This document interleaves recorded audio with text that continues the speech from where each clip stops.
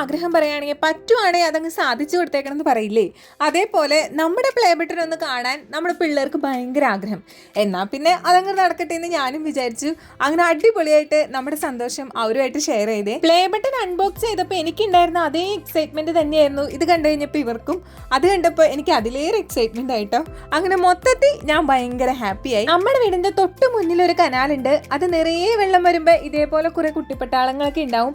എൻ്റെ ചെറുതായിരിക്കുമ്പോഴും ഞാൻ ഏകദേശം വലുതായിരിക്കുമ്പോഴും ഇതിനകത്ത് ഇഷ്ടംപോലെ കളിച്ചിട്ടുണ്ട്. ഇപ്പോഴാണെങ്കിൽ എൻ്റെ പ്രായക്കാരും ഇല്ലാത്തത് കൊണ്ട് ഞാനിങ്ങനെ ഇറങ്ങാതെ നിൽക്കുന്നതാണ്.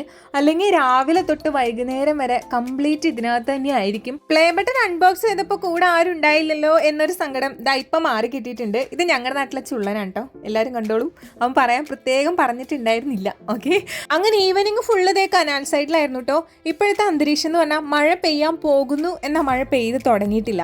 അയ്യോ, ഭയങ്കര അടിപൊളി ഒരു കാലാവസ്ഥയാണ്. വീടിന്റെ ഫ്രണ്ടിൽ തന്നെ ഇത്രയും നല്ലൊരു കനാൽ ഉണ്ടായിട്ടും അതിലിടയ്ക്കിടയ്ക്ക് വെള്ളം വന്നുകൊണ്ടിരുന്നിട്ടും ഞാൻ ഇതുവരെ നീന്തൽ പഠിച്ചില്ല എന്നുള്ളത് മാത്രമാണ് ഈ കനാൽ കാണുമ്പോൾ എനിക്കൊരു സങ്കടം. പോത്തുംകുട്ടികൾ വെള്ളത്തിൽ കിടക്കില്ലേ, അതുപോലെയായിരുന്നു ഞാനും എൻ്റെ ചേച്ചിമാരൊക്കെ കനാലിൽ വെള്ളം വന്നാൽ കിടപ്പ്.